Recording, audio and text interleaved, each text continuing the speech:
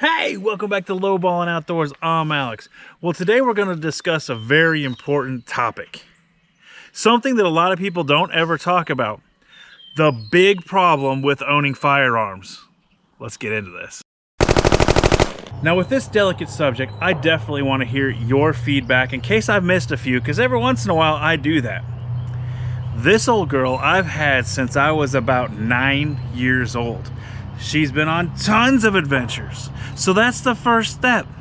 You're gonna be going on adventures. You're gonna be chasing rabbits and squirrels through the woods. This thing has taken a truckload of squirrels, and oh my goodness, check out my how to cook a squirrel video. You're gonna love it. Now, once you get past that stage of having your first plinker and you've been in the woods so much, then you want something a little bit different. No one ever tells you about the accessories that you're gonna have to have, and want. You're gonna start off with just a plain Jane scope. Maybe your eyes get a little bit weak.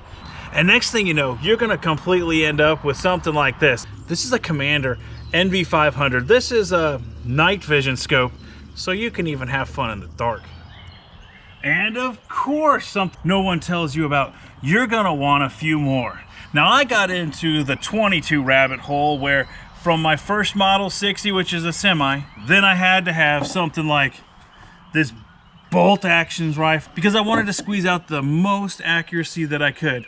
And then eventually we wind up with something like this, the Bergara B14, which is an absolute tack driver that will smack targets 200 or 300 yards away, no problems. The next step is playing with them, making them your own, whether you're throwing on just a Boyd stock or putting a different barrel or maybe choosing some kind of crazy looking optic on it.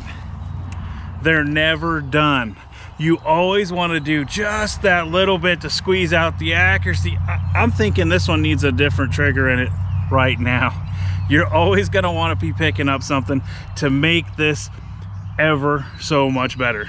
Now, I'm a big hunter, fisherman, all that stuff, but once you have a good rifle, then of course you gotta have a really nice knife to go with it.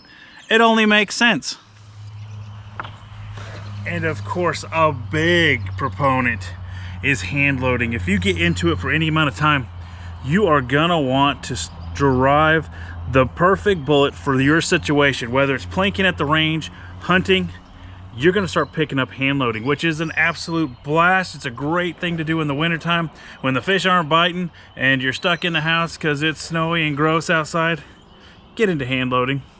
It's a blast. But it is one more thing that you as a plinker owner are gonna have a ball with. These are Federal Fusion. It's a great little bonded bullet for a lot of situations. And then of course, some Hornady SSTs. Now those fragment, and we've done videos about them in the past, and pick the right bullet for your application and you should be fine. Now that I've kind of showed you some of the problems with owning firearms, let's get into some of the good stuff. Guys, it is absolutely fun to sit here and tinker with, whether it is owning one like this, just a plain Jane stock, you go out in the woods chasing down squirrels and rabbits, to all of a sudden all of the little finer details like this Ruger 1022 with this fluted barrel with the Boyd stock. Just kind of give it a little customization there. Maybe you're into more of a target practice situation where you want the oversized optic, where you want the extreme accuracy rifle, or maybe you take the down the middle approach with something like this Savage. Now this Savage is extremely accurate, and it is in the budget family. It has the oversized bolt, fluted barrel, and it has a little twisty off end for the cans. Guys, I hope you enjoyed this episode of Lowballin' Outdoors. And don't forget to leave me a comment. I want to hear about some of the things that I missed. And until next time, keep it cheap.